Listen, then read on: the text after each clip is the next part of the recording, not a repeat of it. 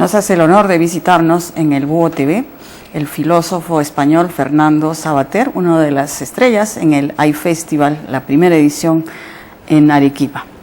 Muchas gracias por estar aquí, bienvenido. Aquí hay un regionalismo que algunos consideran algo exacerbado, ¿no? Un orgullo por el arequipeñismo que ha devenido en una especie de rechazo a la migración, que ocurre mucho de los sectores altoandinos más pobres, porque evidentemente la ciudad ofrece oportunidades. Pero hay conflictos sociales y se ha creado realmente una división entre los arequipeños netos, que así se denominan, y la migración, que ya constituye como la mitad de la población, ¿no? Entonces es bueno alimentar esto. No soy peruano, soy arequipeño, ese tipo de... Yo creo que eso son, desgraciadamente en España padecemos, bueno, y en otros países europeos, la reacción ante el temor a la inmigración, olvidando de alguna forma que todos somos inmigrantes y que todos hemos... hay Plutarco, un pensador griego, decía que siempre hay que tratar al extranjero como a un igual, porque todos hemos sido extranjeros. Nacer, decía él, es llegar a un país extranjero, ¿no? Entonces, todos al nacer hemos venido a un país extranjero y hemos querido ser bien acogidos en el país extranjero al que hemos llegado, que era el mundo, ¿no? Entonces, eso lo debemos aplicar a todas las personas que están en dificultades o que necesitan, o que simplemente desean cambiar de lugar y venir a vivir con otros congéneres que son semejantes con ellos, ¿no? Pero en Europa también está pasando, como están las grandes migraciones que vienen huyendo de la guerra de Siria, etcétera, pues hay ese miedo, ¿no?, ante un rechazo, y entonces surgen otra de las fórmulas: van a quitarnos nuestra forma de pensar, nuestra forma de ser. Nuestra cultura. Nuestra cultura. Culturas que han sido también hechas por muchas otras, y por ¿no? muchas otras, ¿verdad? En un país como España, pues tienen una mezcla de culturas árabes, de culturas judías, de culturas antes visigodas, todas las culturas han nacido de la confrontación de unos seres humanos con otros y de la decantación de ideas comunes, ¿no? Pero eso se olvida, y todo eso, los nacionalismos efectivamente exacerban ese elogio de lo pequeño, de lo reducido, de lo compacto, de lo que, bueno, nacer en un lugar no es nada de especial, es decir, no tiene ningún mérito especial, ¿no? Había un sofista griego, cuando los atenienses se enorgullecían de ser atenienses porque habían nacido allí, él decía, bueno, pues los hongos y las hormigas también todas han nacido aquí, no tienen ningún mérito especial. Acá se dice un dicho muy típico aquí en Arequipa, es: no en vano se nace al pie del volcán, al pie de un volcán, ¿no? Que estamos rodeados de tres volcanes y que hay como una especie de espíritu telúrico en los arequipeños, algo así, ¿no?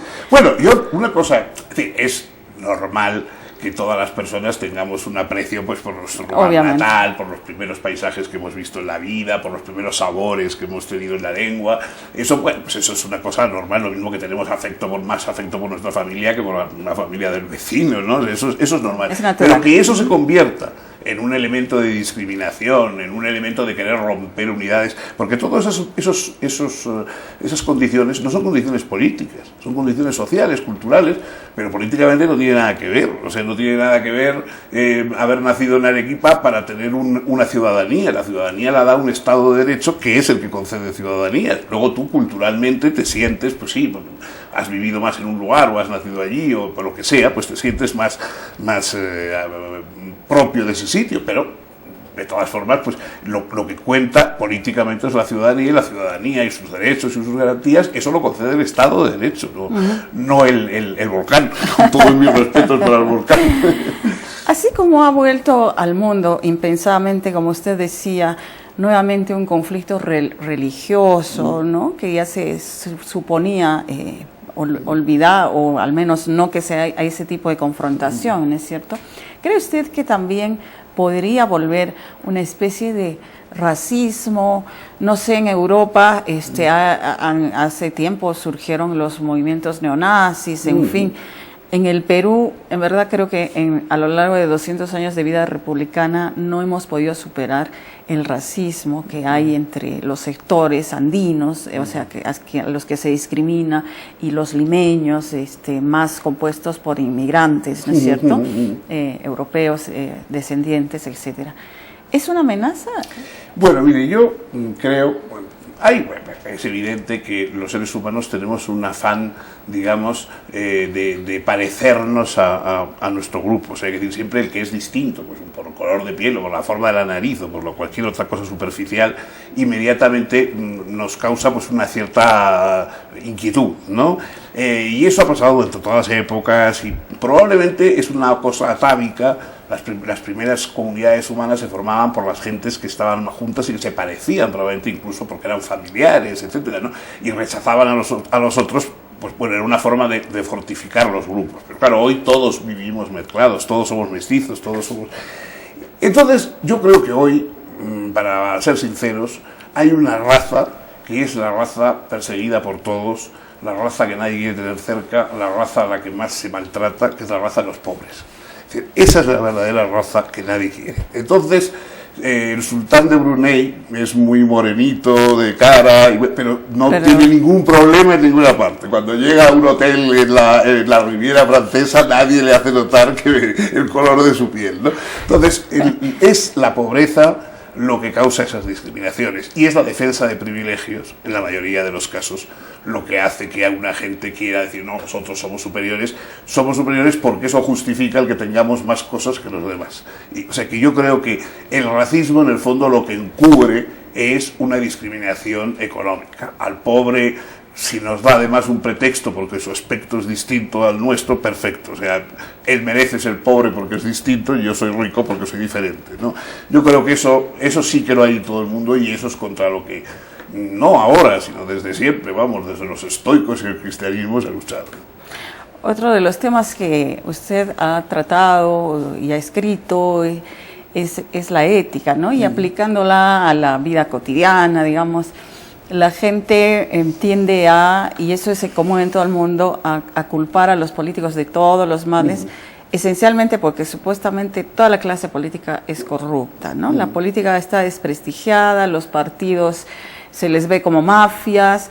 Estamos en el Perú en una época preelectoral, vamos a elegir presidente en abril. Nosotros también, en España también. Claro, también. Y los candidatos todos están acusados de actos de corrupción, al menos los que tienen alguna posibilidad de salir. Entonces hay como un desencanto que lleva a la gente a no participar también, ¿no? Y entonces estamos como en un círculo vicioso y no sé si también, además de exigirles a los políticos, ¿no es cierto?, honestidad, no sé qué, haya también una ética personal que exigir al ciudadano, que a fin de cuentas es el que elige a estas personas, ¿o no? Claro. Primero, en una democracia, políticos somos todos. Es decir, esa idea de que hay unos que han nacido para mandar y otros que han nacido para obedecer. Y que hay quienes dicen, a mí no me gusta la política, yo no sé nada de política, no me meto en política. La política en una democracia no es un capricho ni una elección, es una obligación. O sea, todos somos políticos. Y el que no quiere ejercer sus derechos políticos hará que otro los ejerza en su nombre, con lo cual será todavía peor. Cuando el que dice no me preocupa la política, se le puede preguntar, entonces a usted no le preocupa el sueldo que cobra, no le preocupa el colegio al que van sus hijos, no le preocupa la sanidad que le van los médicos que le van a curar. Si todo eso, bueno, habría que estar loco para decir que todo eso no te interesa. Puede no interesarte la lucha entre dos personas que quieren ser alcaldes de una localidad, pero eso no es eso es un efecto de la política. La política es la gestión de lo común, de la vida cotidiana que compartimos todos, y eso a todo ser racional le tiene que preocupar, porque depende de nuestra comodidad y nuestro futuro y nuestro progreso depende de ello, ¿no? Entonces, efectivamente, los políticos que hay, pues si son malos hay que elegir otros. Y si no los elegimos, la culpa no es de ellos. Los políticos son nuestros mandados, a los que nosotros les mandamos mandar. Si lo hacen mal, pues bueno, será que nosotros hemos hecho también mal nuestro trabajo de elegirlos, de no sustituirlos, de no ofrecernos nosotros. Hace 8 años en España había un grupo de personas que no estábamos contentos ni con los socialistas, que eran los que gobernaban en aquel momento, porque les veíamos muy proclives a apoyar a los nacionalistas, ni tampoco con la derecha conservadora del Partido Popular, porque considerábamos que era clerical y que era homófoba, etcétera, etcétera. Y todo eso lo que hicimos fue fundar otro partido.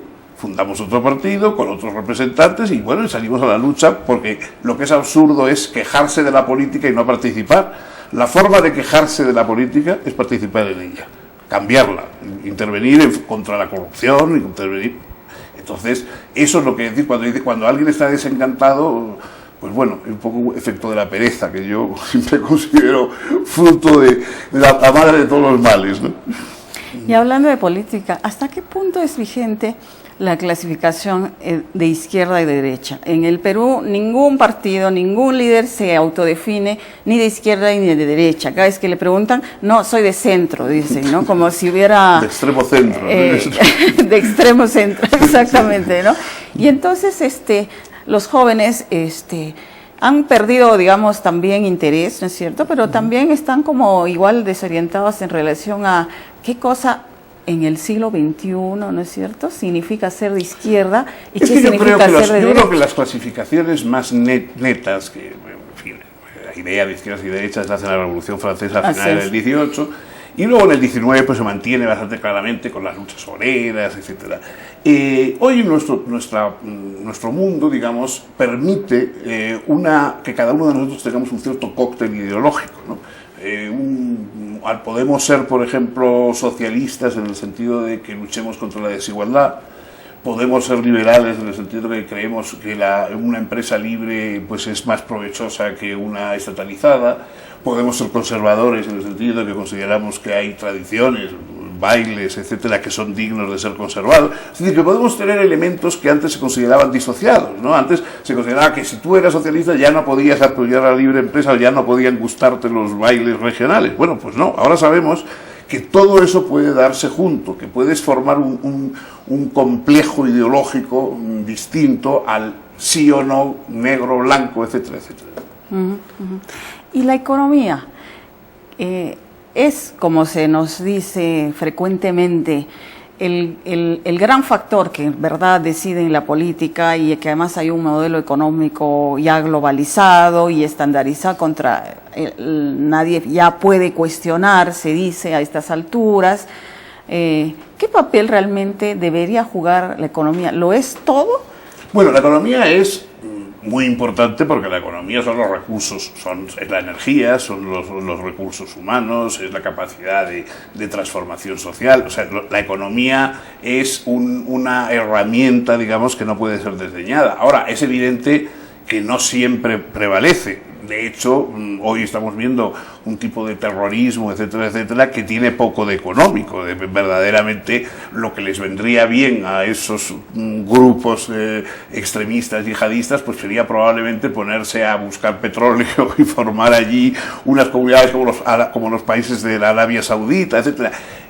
Hay una cosa que va más allá de la economía. Es verdad que a veces surge del sentimiento de injusticia o del sentimiento tal, pero bueno, luego mucho más allá, porque no todo lo que se hace es rentable, no todas las guerras son rentables, no todas las revoluciones son rentables en el sentido económico del término, ¿no? O sea, yo creo que ahí intervienen otros factores.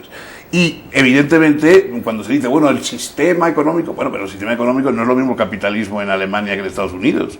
No es lo mismo el capitalismo en Suecia que en Japón. O sea, hay que decir que incluso aunque digamos que tiene que haber un sistema capitalista, etcétera, es muy distinto el capitalismo social de protección con la protección de los derechos humanos, etcétera, etcétera, o el capitalismo expoliador que hace que niños de 8 años tengan que trabajar 14 horas al día y cobrar $1, ¿no? O sea, así como en izquierdas y derechas, entonces los modelos económicos actuales podrían combinarse, en realidad, claro, tomar una cosa de la otra. Yo creo que además es que se combina, de hecho, o sea, no hay hoy qué partido se presenta diciendo, mire, yo voy a acabar con la seguridad social, voy a acabar con la educación general. Nadie dice eso, por muy liberal que sea, incluso aunque lo piense, nadie lo dice, porque sabe que nadie votaría una cosa como esa, ¿no? Entonces, hay una serie de conquistas, yo creo que fundamentalmente la seguridad social, la educación general obligatoria, la protección de la salud, etcétera, que eso no son ni de izquierda ni de derecha, son logros de la civilización, son ya logros civilizatorios. Entonces, el problema es cómo los financiamos y cómo los mantenemos económicamente vigentes, porque es verdad que la economía a veces fluctúa y claro, no es lo mismo cuando hay dinero, es muy fácil mantener todos los servicios sociales, cuando hay poco dinero hay que elegir y entonces surgen los problemas, ¿no? Pero que eso es una cosa que hay que conservar, yo creo que no cabe duda, ¿no? Bueno, muchas gracias, doctor Sabater, por estar con nosotros.